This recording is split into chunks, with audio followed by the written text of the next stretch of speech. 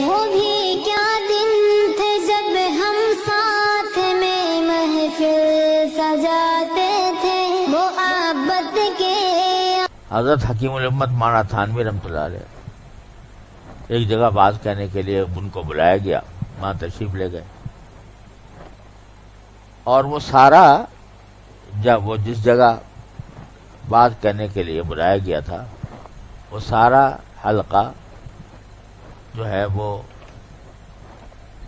ان حضرات کا تھا جو حضرت تھانوی رحمۃ اللہ علیہ کو معاذ اللہ یہ سمجھتے تھے کہ آپ نے رسول کریم صلی اللہ علیہ وسلم کی شان میں کوئی گستاخی کی ہے، محض غلط فہمی کی بنیاد پر، اور ان چیزوں کے قائل تھے جو حضرت تھانوی رحمۃ اللہ علیہ کے مسلک میں مناسب نہیں تھی یا جائز نہیں تھی، میلاد، قیام وغیرہ مثلا۔ تو جب حضرت بعض کے لیے تشریف لائے تو ایک پرچہ بھیجا کسی نے، اس میں لکھا کہ مولانا کہ ہم نے سنا ہے کہ آپ کافر ہیں،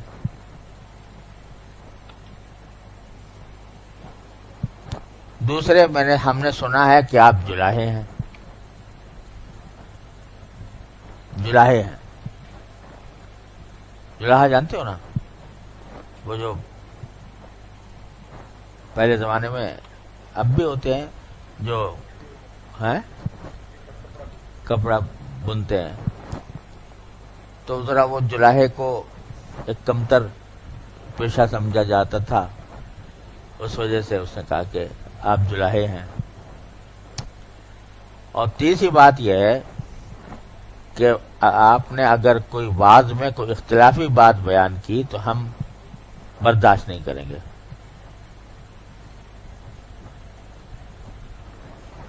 تو اب بتائیے، پہلے نمبر تو کافر کا حکم لگا دیا، دوسرے نمبر پر نسب میں طعن کیا کہ جلائے ہیں، اور تیسرے یہ کہ کوئی اختلافی بات کی تو ہم برداشت نہیں کریں گے، مطلب یہ کہ حسب معمول اپنا کردار ادا کریں گے۔ تو حضرت جب تشریف لائے تو اس کا کیا جواب دیا؟ جواب یہ دیا کہ بھائی ایک پرچہ آیا ہے میرے پاس، تو میں اس کے بارے میں آپ سے کچھ عرض کرنا چاہتا ہوں۔ پرچے میں پہلی بات تو یہ کہی ہے کہ میں کافر ہوں، تو میں اس بحث میں نہیں پڑتا کہ میں پہلے کافر تھا یا نہیں تھا، میں آپ کے سامنے کلمہ پڑھتا ہوں، اشہد ان لا الہ الا اللہ اشہد ان محمد رسول اللہ۔ پہلے تھا یا نہیں تھا، یہ وہ کلمہ ہے جو 70 برس کا کافر بھی اس سے مسلمان ہو جاتا ہے۔ تو میں نے آج آپ کے سامنے کلمہ پڑھ لیا، پہلے تھا یا نہیں تھا اس سے بحث، لیکن اب میں مسلمان ہو گیا کہ نہیں، اشہد ان لا الہ الا اللہ اشہد ان محمد رسول اللہ پڑھ کے۔ دوسری بات یہ پوچھی ہے کہ یہ کہا ہے کہ آپ جلاہے ہیں نسبن، تو میں یہاں کوئی رشتہ لے کے تو آیا نہیں کہ میرے نسب کی تحقیق کی ضرورت ہو، تو اس لیے اگر جلاہا ہوں بھی اور اگر کوئی صحیح بات کروں تو کوئی معنی نہیں ہونا چاہیے اس کے قبول کرنے۔ تو اس بحث میں بھی پڑھنا فضول ہے کہ میں جلاہا ہوں یا نہیں ہوں۔ اگر کوئی رشتہ لے کے آیا ہوتا تو بے شک آپ تحقیق کرتے۔ تیسری بات جو فرمائی کہ اختلافی مسائل نہ بیان کرنا، تو پہلی بات یہ ہے، میں کہتا ہوں کہ میں یہاں خود سے نہیں آیا ہوں، میں یہاں کسی دعوت پر آیا ہوں بات کہنے کے لیے۔ اگر آپ حضرات نہیں چاہتے تو ایک آدمی بھی کھڑا ہو کر کہہ دے کہ ہم آپ کی بات نہیں سننا چاہتے، میں چلے جاؤں گا۔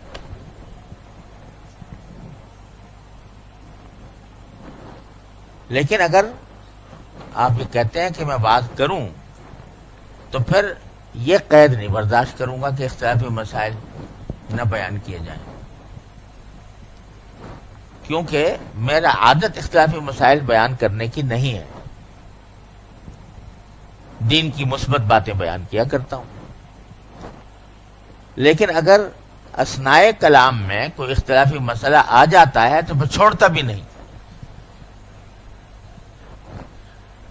میرے ان باتوں کو اگر باتیں آپ کو قبول ہیں تو میں بات کرنے کے لیے تیار ہوں، ورنہ آپ میں سے ایک آدمی کھڑا ہو کر کہہ دے کہ نہیں ہمیں نہیں منظور تو میں چلا جاؤں۔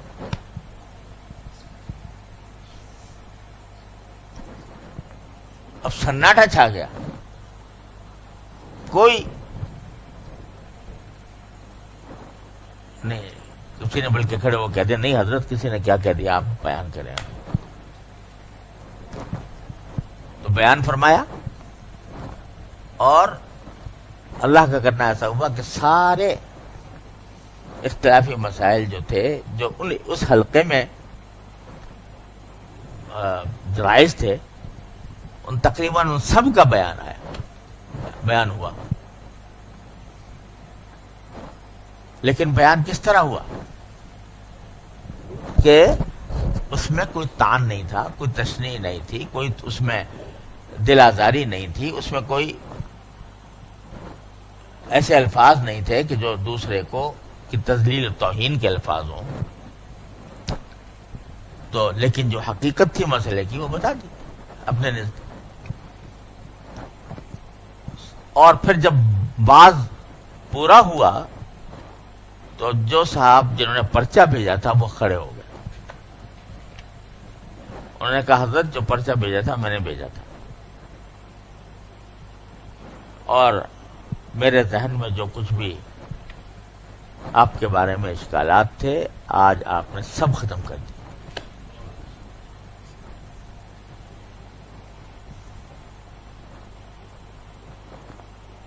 یہ ہے طریقہ، اذا خاطبهم الجاہلون قالوا سلاما۔ اب اگر حضرت یہ کہتے کہ جس نے پرچہ بھیجا تھا ہے وہ مجھ سے بڑا کافر ہے، کافر نہیں اکفر ہے، اور جو مجھے جلاحہ کہتا ہے اس کا وہ جلاحہ، اس کا باپ جلاحہ، اس کا دادا جلاحہ، اور آئے میرے میدان میں کہ کون ہے جو مجھے روکے اختلافی بیان معاملات کرنے سے، آئے میرے سامنے۔ ایک طریقہ یہ تھا، لیکن یہ طریقہ کیا ہوتا ہے اس کا انجام؟ لڑائی، ہو سکتا ہے وہ خون ریزی تک پہنچ جائے۔ اور یہاں سارے معاملات آسانی کے ساتھ طے کر کے لوگوں کی اصلاح کا ایک راستہ نکال دیا۔ وہ بھی کیا دن